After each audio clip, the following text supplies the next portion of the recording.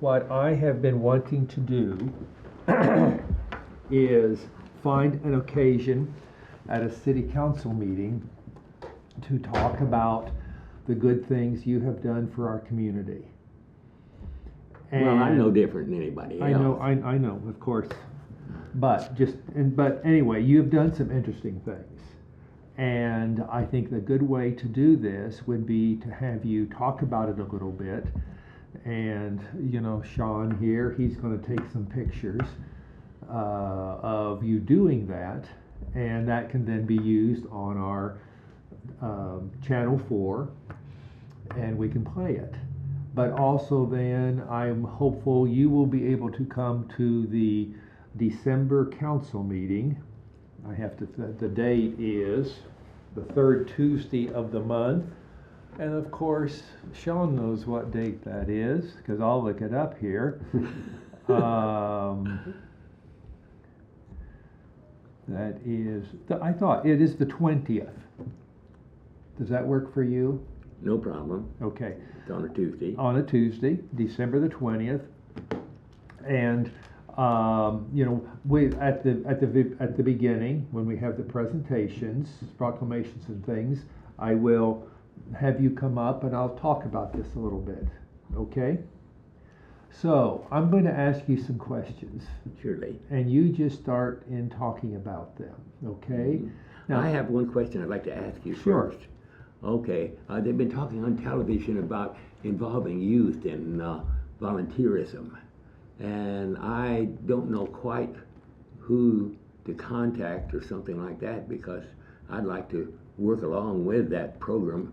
I mean, I know I got into this volunteer stuff when I was a kid. Yeah, right. And I mean, I've been doing it all my life. Right. And the idea of encouraging young people, and what they were talking about on television was that it's surprising the kind of results that you get by getting youth involved in the community. Right. Well, one thing I was thinking is it's almost might be easier with an organization, like with Scouts. Have you had Boy Scout troops? Oh, I wasn't a Boy Scout. You know what? I'm going to take this off. Okay. Won't that be better? There you go. Okay. I actually taught Boy Scout leaders how to be Boy Scout leaders. Okay. I was council level stuff when the boys were growing up. And so as far as Boy Scouting is concerned, I've still got these Scout uniforms and stuff like that at home. Yeah. Well, I was on the adult level as far as working with Scout leaders. As far as, well, in fact, my whole family, my wife was teaching young ladies how to be den mothers as far as cubs is concerned. And I was running courses on teaching gentlemen how to be scoutmasters as far as adults is concerned. Well, about what years was that when you had that's when you had your children were involved in Scouts? Right. When was that? Well, let me think. When would your children would have been about 10, 15 years old? And we were married in let's see, about 51. Okay. So you got about, and then we waited we waited 6 years before we started our children, so you got to add about 6 onto that. 1957 they were born, and then they were in Scouts about 67, say 67 to 75. Right, in that area, is when you were working with the Scouts. Well, I'm gonna come back to that, but first let's talk about your work with the painting of the fire plugs, fire hydrants. How did you get started in that? Well, it was very simple. I happen to be the president of Old Town Neighborhood Improvement Association. Okay. And Old Town is from Topeka Avenue to Summit and 6th to 10th. I had some ladies come to me complaining. I mean, we were doing things as far as that community is concerned to try to make it look better, and they were complaining about the fire hydrants. So I went to the gentleman, our superintendent of the water department, and asked him when they were going to paint them. And he said, we aren't. And to tell you the truth, I made the remark, "You're so cheap you can't buy paint to paint fire hydrants." He says, "No, I can buy all the paint I want. I just don't have the labor."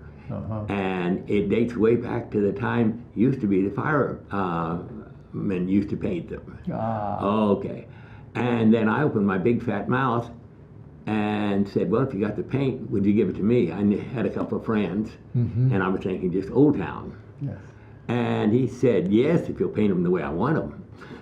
So what year was that about? Oh my goodness gracious, that's going way back. I've been at this for over 15 years. Almost 2000 to 1995. In that territory. In the area around 1995. Okay, well, first of all, the first thing that shocked me was that I went to the engineering department to get a map to find out where the fire hydrants were, and I figured there's about 30 of them, we'd knock them out. Yeah, right. And it worked out 68 fire hydrants just in our neighborhood. Just in Old Town. Just in Old Town. Well, we got them all painted, fine and dandy. It's over with, right? In a year or so. Well, no, it didn't take us that long. We got them all painted up in there in a couple of months. Yeah. I had a couple of helpers. Okay, now all of a sudden at one of our Old Town meetings, right after that, we had people from 4 different NIAs at our meeting asking why we had pretty fire hydrants and they didn't. And we said, well, we did it ourselves. And they said, can we? And I said, well, I'll be glad to go talk to the water department superintendent, see what he says about it. And I went to him again, and I said, can they do it? He said, yes, if you'll supervise. See how easy it is to get into trouble? Right. Once you volunteer, you're going to... And then when one thing come up, another NIAs, that was the push of it at the time, with going around to the main NIAs that we had in our different communities and working with them. And then I ended up working with all kinds of different volunteer groups before, clear up to this last year as far as this is concerned. And so it's just something that... Did you get a map of all the fire hydrants, or do you just go out and find them? Oh, I have a city computer with a map of the city on it that I can print out pages. Well, they used to print them out, and they decided to just loan me a laptop with all the hydrants on it, so that I had something portable. Do you know how many hydrants are there? Supposedly around 12,000. 12,000. I mean, I'm not sure anybody really knows for sure. Right. Yeah. How do you keep track? How many do you think? I know you do. How many have you painted? Well, we've been averaging around 1,000 a year. With different groups, and but as you can see, it's a never-ending thing. In fact, if we ever did get to see that 12,000 fire hydrant, what would be time to do? Well, it'd start over. Start over. They probably don't last. 12,000. That would be 1,000 a year, or that would be 12 years. But the reason I'm using that computer is that, see, I'm responsible personally for the tops of the fire hydrants. A lot of people don't realize that pretty colored top means something. Oh, I see. What does it mean? Okay, we have 4 different colors. Okay, we have all red fire hydrant. Right. That's a red top. Then we have a orange, a green, and a blue going up the hill. Okay. To make it, I worked out a kind of a simple explanation of that.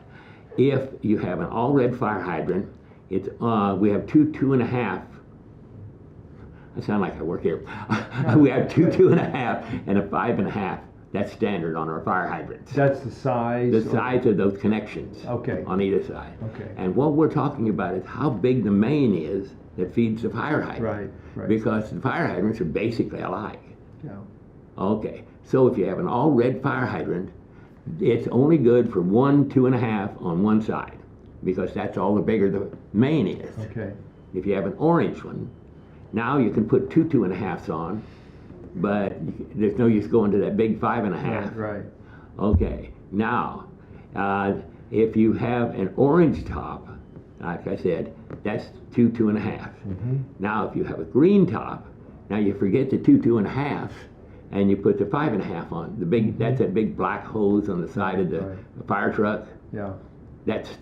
But we're talking about how big the main is. And then we have one more color, and that's blue. Okay, now there's two solutions to that. One is we have big mains going mainly to water towers. Well, if a fire hydrant gets stuck on one of them, it gets itself a blue top. Also, we have pumping areas of the city. The city's divided up into pumping areas. Okay, and they touch each other. Okay, here's a fire hydrant. It can be a green top from that direction, or it can be a green top, it's sitting in a T there, or it can be a green top from this direction. So you'll see an isolated blue every once in a while and wonder what the heck that thing's doing out there. Well, it's between two different pumping areas. Okay. See, I've been educated by the water department pretty well. I learned something right here. I just learned about the different colors and what they mean. Well, I mean, I'm going to look for it. See, the idea of having a nice painted fire hydrant, we're thinking about at 3 o'clock in the morning in a rainstorm. Number one, the fire department needs to find, because they go to the main, the fire hydrant before they go to the fire. Because they know you're going to fire unless you got some water to take with you. That's what that hose is, folded up in the back. Yeah. Okay, number one, in a rainstorm at 2 or 3 o'clock in the morning, you need to be able to find the fire hydrants. Number two, you need to pick out the best one you can for your fire. Right. Yeah. Or what truck you have, or what the equipment is. Well, right, but basically that's what they're doing. They're going to the nearest fire hydrant, but they're going to the best source of water that they can get, because that's the idea of fighting that fire. And another thing, and this will kind of confuse you a little bit, but jump off, but see, that's one of my kind of jumps, is that we also need to leave that fire hydrant alone as far as plantings or any other kind of thing, because that fire hydrant needs to be accessible. I mean, it's a working tool. It's not just a pretty thing sitting out there in the corner. Yeah, right. And of course, everybody probably are really noticing, because I hope you are real happy with what I've done as far as Kansas Avenue is concerned. But we've made Kansas Avenue real pretty. Well, we had to have pretty fire hydrants up there, and if you look up there, all the hydrants on Kansas Avenue and on either side there have all been painted. And well, I have to admit that I did most of it because of the idea that I didn't find any volunteers. Want to do it right. Well, let me go back a bit. Yes, okay. Have you lived in Topeka all your life? Yeah, I was born out here in Potwin, in the old hospital in Potwin. Oh my gosh, Stormont. That was the Stormont. Right. It's gone now. Yeah, it was over there. So, and what did you? So you went to Potwin Elementary? No. I was just born in the hospital. Oh, you were born in the hospital there. Yeah. But you didn't live in Potwin. No, I didn't live in Potwin. No. Okay. So what did you do? What was before you became a fire hydrant painter? What was your life? What was my life? Well, of course, I started out in Lincoln Grade School down here, which is where the Ramada Inn is now on East 6th Street. Yeah. In fact, actually, I'll tell you, I've been a contractor. I even tore my own grade school down. I was an East Side kid. We lived down on Jefferson, and so I went to East Topeka Junior High School, and then Topeka High School, and I was still in high school when a gentleman from Naval Reserve come down there talking to us juniors, and I'll have to admit that this is 1947 and there's no war, and he's telling us about the beer parties and the fun cruises you can take in the summertime. So that was pretty interesting. In fact, they sent me to boot camp between my junior and senior year of high school, so I was in uniform when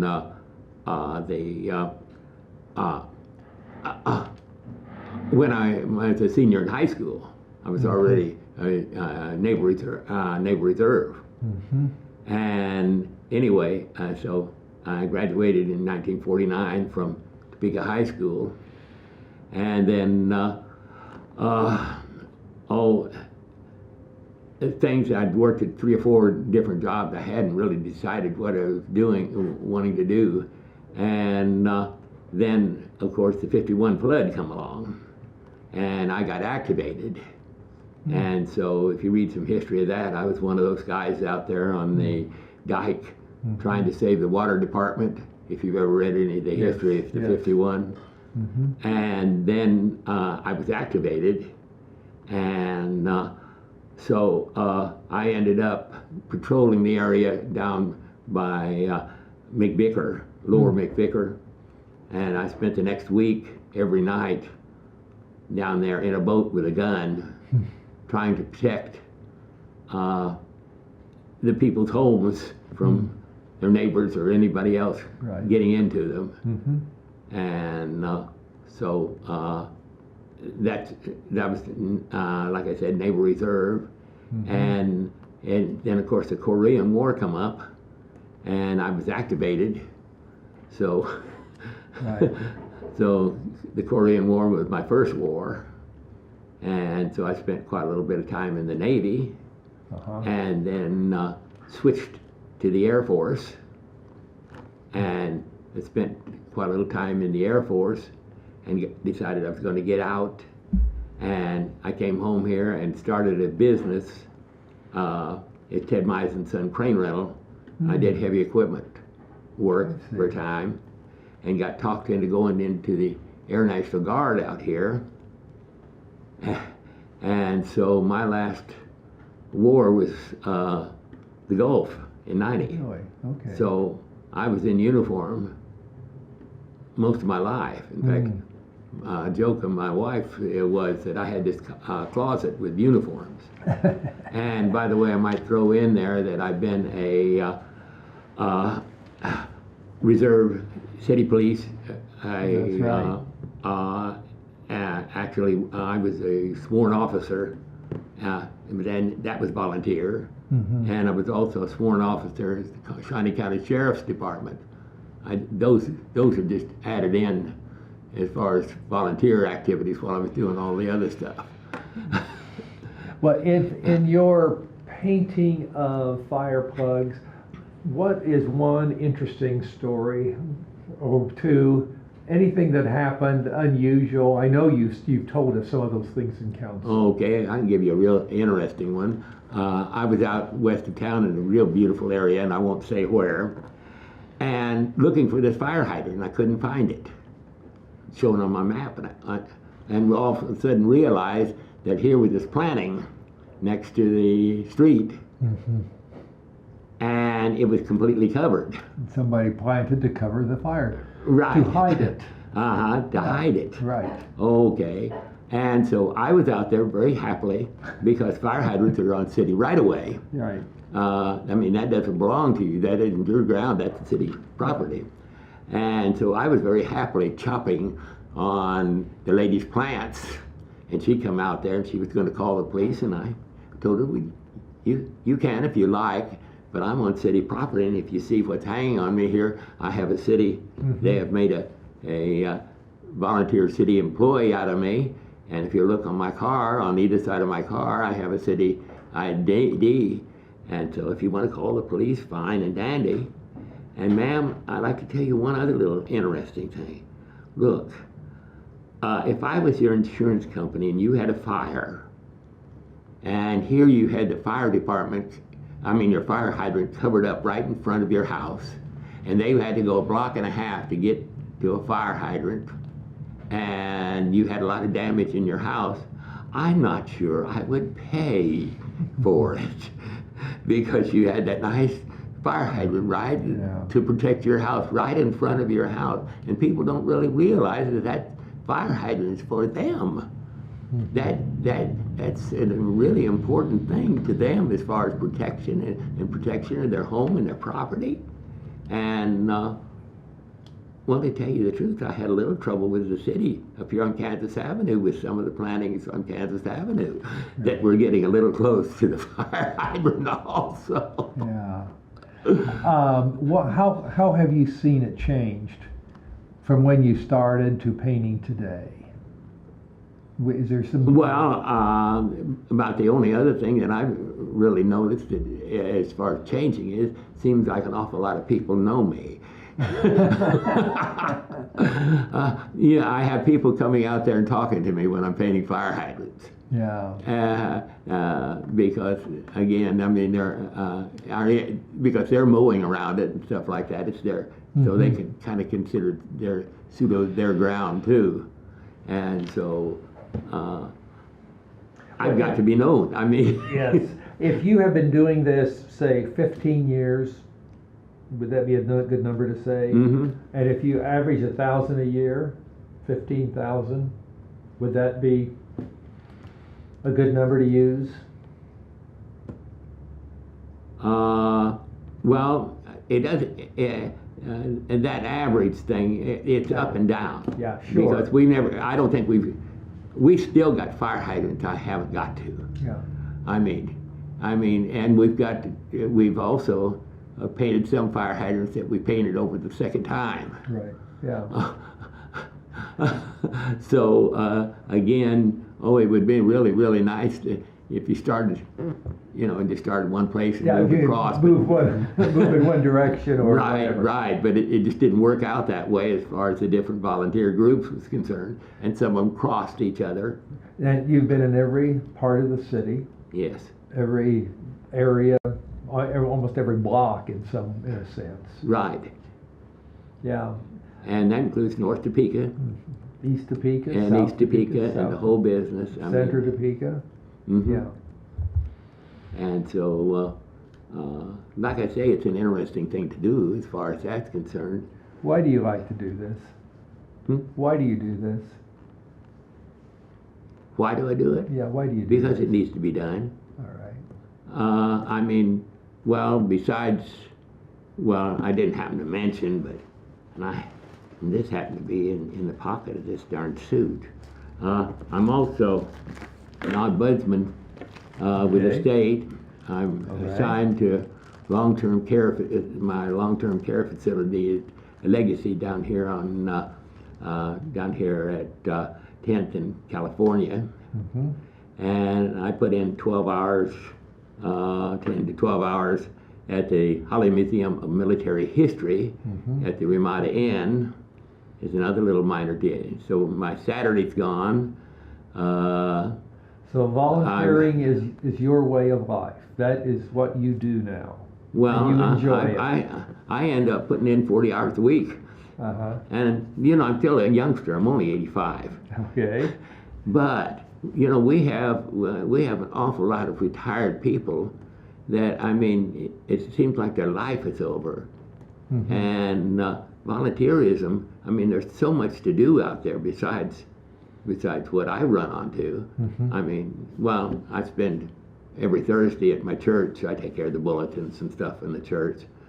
So my Thursdays usually is gone with the church, and the Saturday's gone with the Holly Museum down here. And you're over here. I'm over to, when are you over there? Well, they don't want us to average. In other words, they want us to go, drop in different times. It's according to what kind of the schedule that's going on there and what other activities they have. So now, where do you do this at? Legacy. Legacy. Well, see, as an ombudsman, we're assigned. I see. Each, if they had enough volunteers, each long-term care would have. And you understand what an ombudsman is. You represent, you help out the patients. That's the idea, is that so many of the patients, they haven't got family or anything anymore, and if they've got problems, we're on their side. We're there. I like the word advocate. That ombudsman is kind of a funny word. Yeah. We're advocate for the people that are living in the long-term care facility. and that's a national program as far as that's concerned. And I think it's a wonderful one. But there are so many things. So how many days a week, if doing all of this, so what days do you paint fire hydrants? Well, that's in between. Okay. So you're at church on Thursdays. Saturday you're at Holiday Museum. You're ombudsman. That's more as the need is when they call you. Well, not so much they call me, but they want me to be. They want us to drop in at different times. Okay. Even in the day and in the evening. So you paint about three, four other days a week. Right. Okay. Boy, you've got a schedule. Well, sometimes it kind of gets on top of the other as far as that's concerned. Which day is this, or what I'm doing now? Yeah. What here on Monday?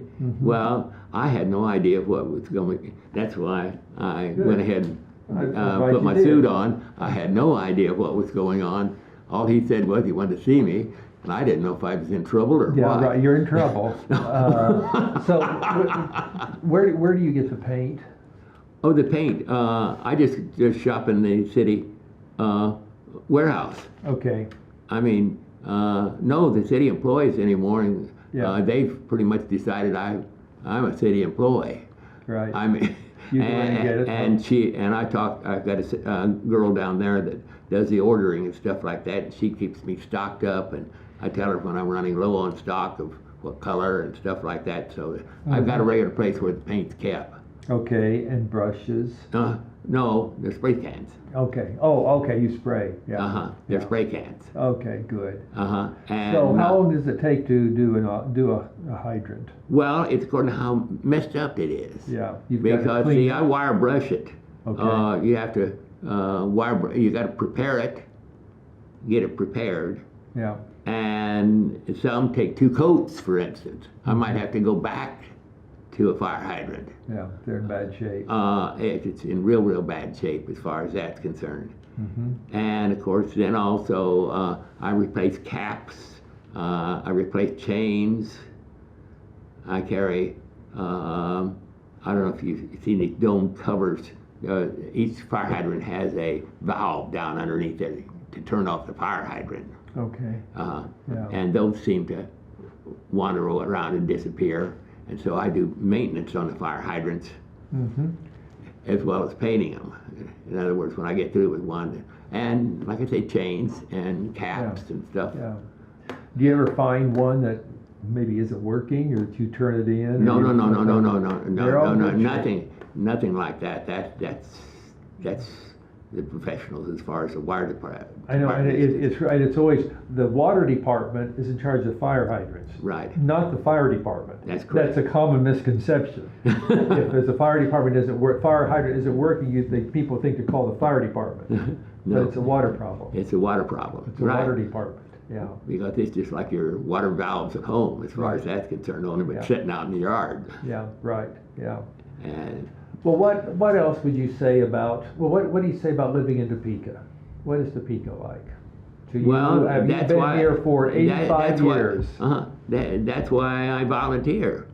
I feel I owe the city something as far as that's concerned. I grew up here, and I worked here, and I was a businessman here, and I did my duty as far as, well, to give you an idea, when I was down there at the sheriff's office, that was during the June 8th tornado.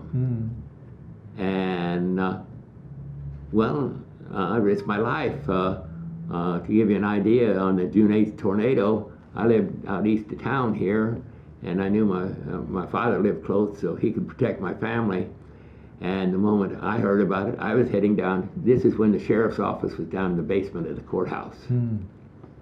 Okay, and so I had my uniform on while the tornado was in Oakland, and I was heading for I had an awful time to try to get through East Topeka, and I walked into the sheriff's office down there in the basement, and there were 3 men standing around him, construction clothes, giving him hell. What had happened was that they were rescue workers at 11th and Quincy, and they had already been robbed. And they were informing the sheriff that unless you get people out there with guns, we're not going back. We've already had our billfolds taken away from us with a guy with a gun. And we were trying to rescue these fellows that lived in this house at 11th and Topeka, 11th and Quincy. And he looked up at me and he said, "Ted, you got your shotgun with you?" I said, "Yeah, it's in the back of the car." He said, "You might as well grab it. Your territory is from Quincy to Adams and from 6th to 10th. Go walk it." And so that night, I walked that area. Wow, and what a story. And it quieted down when there was a man in uniform out there with a shotgun over his back and a .357 on his hip. But that's what it took. How do you see Topeka today from Topeka of 1950 and 60? The 50s and 60s, you were young, or 70s. Right. Well, it's prettier. Good. I'm glad to hear that. But of course, we've lost a bunch of our history too, unfortunately. Yeah. I mean, that's why I enjoy down there the working at the Holly Museum. You know that we also have the governor's mansion down there. Yes, I know. Wish we had it back on A Street. Right. And so, unfortunately, we've lost a lot of our history. And of course, there's a lot of people that really don't know Topeka history well. Yeah. And, you talk about why I volunteer. I've had visitors down there at the Holly Museum from all over the world. I get to talk to and contact people that I never even think of having a chance to communicate with. And so that is really a gift for me as far as that's concerned. Of course, in the military, I traveled all around the world. Like I said, my first war was Korean, the last was the Gulf. So I've seen it all. And I'm pretty lucky. And what would you tell Topekans about why they should volunteer and get involved? Well, it's for them. Well, especially older people. Because the young people still, and I mean, I went through that stage, you still got a family to support and stuff like that. But when you're retired, and there's so many people that are just sitting around, and the appreciation that you get, the feeling of accomplishment that you get, that's important. Well.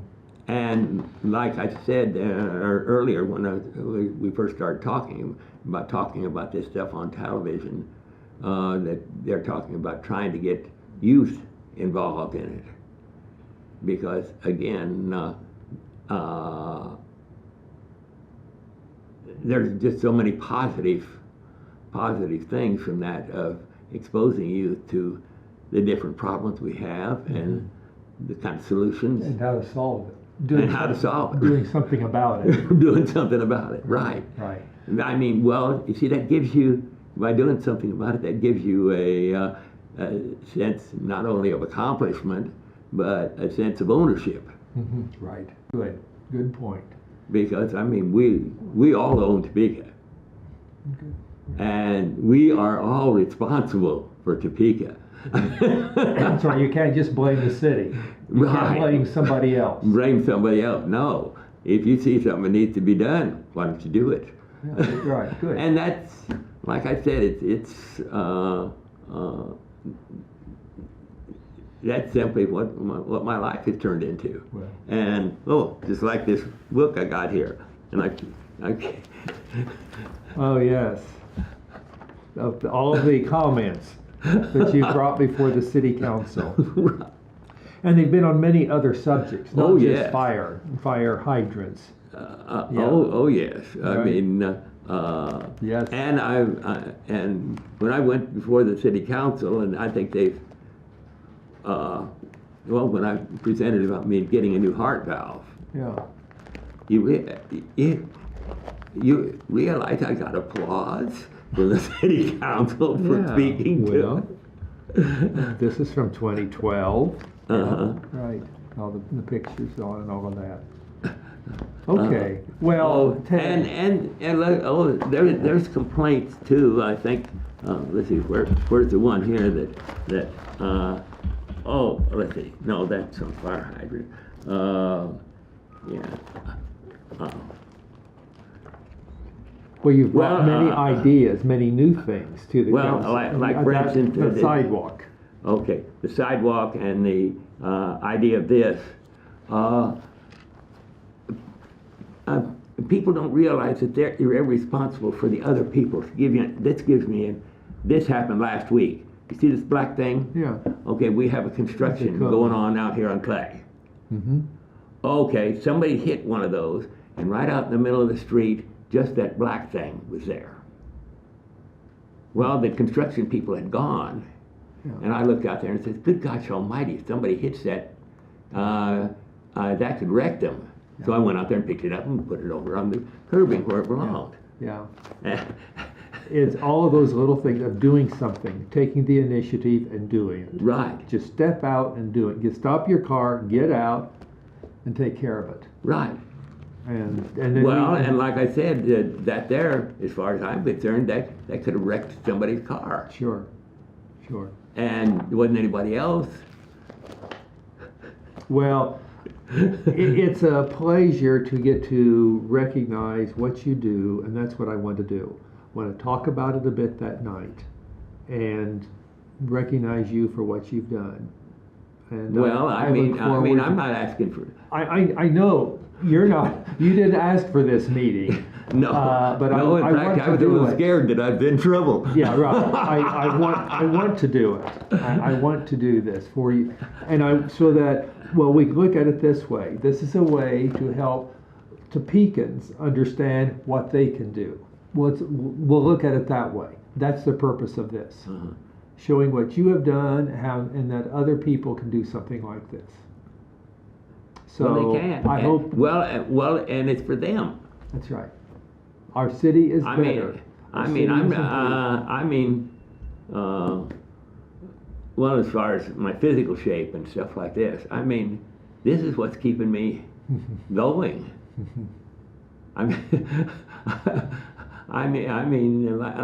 You just sitting on your rear end. That's a good way to. You might as well head towards the cemetery. That's right. Just lay down. That's right. And to many of our older people, they've lost contact with that thing, and I don't know what the solution is. Well, by keeping active, having a purpose, getting out and doing something. And that's what you do. Well, that's what I'm saying, and how we can convince them. I know. Well, because I feel everything I'm doing, is like I told you down there at the Holly Museum and stuff. Oh, by the way, I run tours down there at the Governor's Mansion too. You do. Well, this has been good. This has been a good way for me to get better acquainted. Right. With you. And well, I figured you knew together. Me. Yeah, I know you. And it's just so good to have you come in and do this, to sit here and visit. Okay. Have the opportunity to talk. I appreciate it, and I'm glad, like I said, that I'm not in trouble. You're not in trouble. You're not in trouble. We want to support and recognize what you do. She didn't tell me what this is all about. Well, this is what it is. Yes, sir. Well, and so we'll look forward to having you here. Okay. On December the 20th. Okay. And Margot will probably call you a couple times. Make sure you're here. Okay. And when we know a little bit better how we do it, we'll talk to you about. But come back if you can find anything out about that working with youth. Okay. Because I tried to figure out who that was that put the thing on television and stuff. Right. And I figured maybe you know or be involved. Let me see what we can find out. Okay. About that. Because now see, I'd have to be careful with the fire hydrant program as far as youth and. Yeah, I know. Oh, one other kind of interesting thing. I recycle all my cans. You talked about that once. I gave you a bottle. I don't know what you did with it, but I gave you a bottle of marbles, a whole gallon of marbles. I don't know what happened to that. Wait a Those minute. were all out of It's here. paint Let cans. me get. So you have a good day too.